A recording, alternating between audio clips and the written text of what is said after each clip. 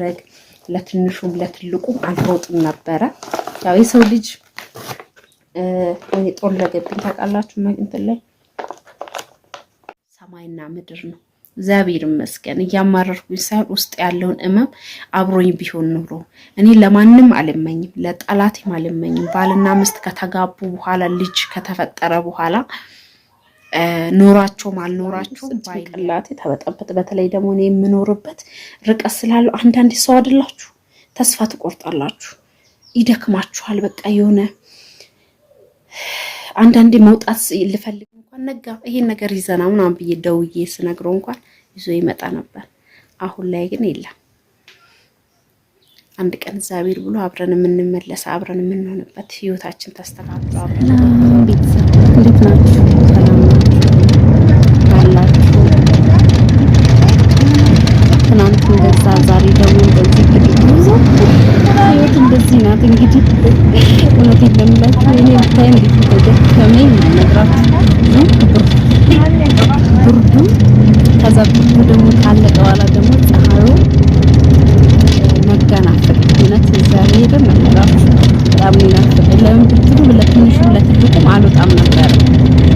አሁን ግን ለትልቁም ለትንሹም ነው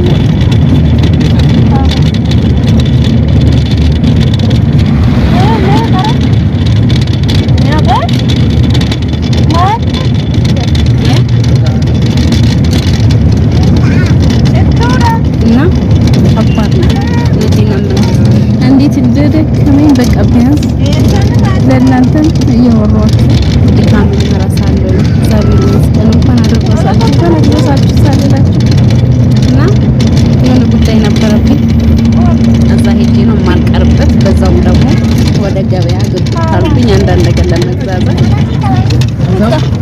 እንታረቁታላችሁ። እንደዚህ ናት።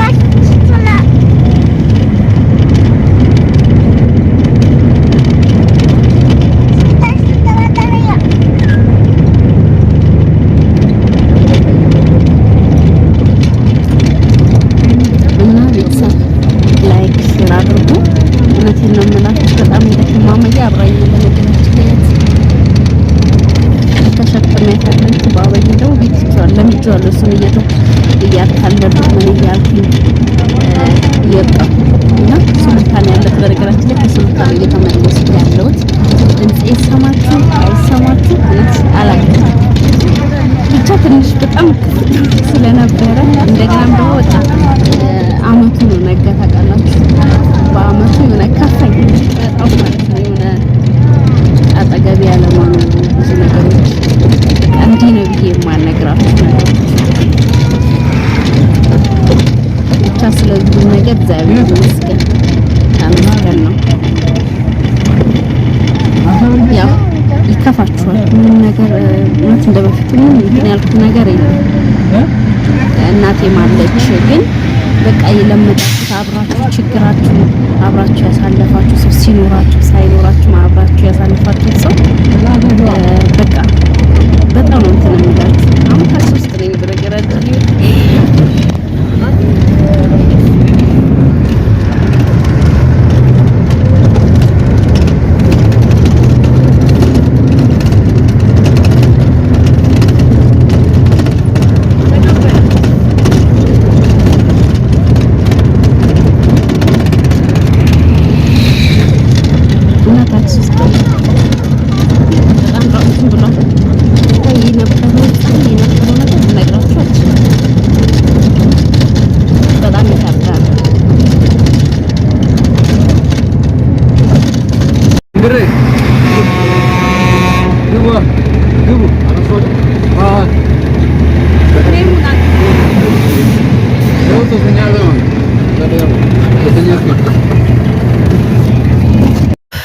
ቤተሰብ ደረስኩኝ ገባሁኝ። እግዚአብሔርን በጣም ነው የደከመኝ። እስማ ወልድ እዚህ ጋር ገዛዝቼ የመጣሁትን ላሳያችሁ። እግዚአብሔርን በጣም ነው የደከመኝ። በቃ አልቅሽ ነው ያለኝ ድካሙ ማለት ነው። እና እግዚአብሔርን መስገን ቀርጽላችኋለሁ ብዬ አልተመቸኝም። ጋሪ ላይ ምናምን አልተመቸኝም ነበር እና ባባዬ ብታይ በጣም እያስቸገረኝ አሁን ነፍስ እያወቀ ሲመጣ ነው ቤተሰብ ህፃናቶች እንትን የሚሉት እውነት የዛሬ 2 ዓመት ዝም ብዬ ዳቦ አይታችኋል። ዝም ብዬ ዳቦ ሻማ ምናምን ነበር ያደረኩለት። አባቱም ስላልነበረ በጣም ከፍቶንም ስለነበረ በቃ ብዙ ነገሮች እንዲህ ናቸው ብዬ ልነግራችሁ የማልችሉ ነገሮች ምናምን ነበሩና አሁን ላይ ካላደረግሽ አለ እግዚአብሔር ነው የምላችሁ። እና የትፊኛዎች ምናምን ገዛ አስችለት መጣይ አንተና ለለም ልደግስለት ሳይሆን ዝም ብዬ ዳቦ እናንተ ሲሻት ጋዝጋዝ ነው የሚለው መቤቴን ጋዝጋዝ ነው የሚለው። በስመ አብ ወወልድ ወመንፈስ ቅዱስ ጋዝጋዝ። እቺ ባቂሞ ማለት ነው ቤተሰብ። እቺ ባቂሞ 10 ፍሬን የገዛሁትና 10 ብር። እቺ 2 ብር 3 ብር ነበር፣ ቢበዛ 5 ብር ነበር የምንገዛው። 10 ብር እና ሲገማ እንዴት አድርጌ ነው የምነፋው? ሄደ ጋዝጋዝ ነው የሚለው እና ዝም ብዬ የሰፈር ጓደኞቹ ህጻናቶች አሉ፣ እነሱም ብቻ ዝም ብዬ ጠርቼ ዳቦ ምናምን ፊኛ፣ ይሄ እንደ ፊኛ ምናምን የገዛዘውለት ደግሞ በቃ ቴሌቪዥን ላይ ሲያይ የሆነ ነገር ስልም አባቱም ሲያወራ አባቢ ሃፒ በርዝዴይ ፊኛ ምናምን ይላል እና ይሄን ገዛዘውለት። አንድ ኤቴ ሰርፕራይዝ አድርጊለት አንዳንድ ነገር አስደስችልኝ ብላይ ስለነበረ እውነት እኔ እንኳን አላሰብኩኝም ነበረ። አስደስችልኝ በጣም ነው የምወደው ባባዬ ምናምን ነገር ብላይ ገዛውኝ ማለት ነው። ይሄው እንግዲህ ደግሞ ሰኞ ነው ዛሬ ቅዳሜ አይደለ? እና ለዛ ነው ይሄንን ገዛዘሁኝ። የተለያዩ ነገሮች ይኸው ዳቦም ላደርግ ነው ይኸው ገዛዝችል ይበጣት ዳቦ ምናምን ላደርግለት ማለት ነው። ዳቦ አድርጌ ኬክ ምናምን አደርግለታለሁ እና እነዚህ ቆይ ግን ያልገባኝ ነገር ይሄንም ገዛኝ እንዲህ ነው አምሉ እንዴት እንደሆነ ራሱ ረስቼዋለሁ። እና እውነት ቆይ ያልገባኝ አንድ ነገር እንድነግሩ ይፈልጋለሁ። እንትንም ገዝቼ ነበር። ይሄ ቁጥሩ ማለት ነው የ3 ዓመት ነው። ግን እንደዚህ ባባዬን አስደስችልኝ አንዳንድ ነገር አድርግልኝ ስትለኝ እንዳጋጣሚ ደግሞ ልደቱን ስለደረሰ ነፍስ እያወቁ ሲመጡ ህጻናቶች ይሄን ግዢ ልኝ እና እንትን ነው የገዛው። ትክክል ነኝ አይደለሁም? 3 ዓመቱን እውነት ግራ ስለገባኝ ነው። ከጓደኛዬ ጋር በጣም እየተከራከርን ነበር ማለት ነው። እኔ 3 ዓመቱ ስለኖረበት ሊጨርስ ስለሆነ የ3 ዓመቱን አክብረን የምንሸኘው አይደለ? እሷ ደግሞ ያለችኝ 4 ዓመትን ነው ስለሚይዝ 4 ዓመት ሊኖርበት ስለሚይዝ የ4 ዓመት ነው የሚከበረው አለችኝ። እስቲ እናንተ ኮሜንት ላይ እግዚአብሔር እኔ 3 ዓመት ነው የገዛሉት። ይኸው እንግዲህ የ3 ዓመት ነው የገዛውኝ። ትክክል አይደለሁም? እስቲ ንገሩኝ። እግዚአብሔር እኔ ግራ ገባኝ ማለት ነው። ግራ ገብቶኛል። እስቲ ንገሩኝ። እና እንደዚህ ነው አይደል እንትን የሚባል እና ኮፍያም ደግሞ ይሄኛውን ገዛውለት። እንግዲህ ዝም ብዬ ለፎቶ ከልጆቹ ጋር ደስ እንዲለው ብዬ እንገዛውለት። ይሄንን እቺ ዲኮራ ይሄን ከለር ነው በጣም ነው የምወድ እንደዚህ አይነት ከለር። በኮፍያውም እንደዚህ ላደርግለት አልኩኝና ከዛ ተወኩኝ። ይሄ እቺኛው ወደድኳት። በእንደዚህ አይነት ደግሞ ቀለም የግርግዳ ቀለም ከዚህ ጋር ስለሚመሳሰል እቺኛው ማለት ነው እቺኛው ላደርጋት ነበር በእንደዚህ በኮፍያው አይነት ማለት ነው። ግን እንትን አልኩኝ ግርግዳይ እንደምታዩት አንድ አይነት ነው የሚሆንብኝ። ከዛ ተወኩኝና በዚህ ያደረኩኝ። ኮፍያ ደግሞ ባለፈው አመት በዚህ አይነት ከለር ስለነበረ ከዛሬ 2 ዓመት በፊት በዚህ ነው አደረኩለት። ያምራል። እንዴት ነው ምርጫዬን እንዴት አያችሁት? እና ፊኛዎቹን እንደዚህ እንግዲህ ገዛዝቼለት መጥቻለሁ።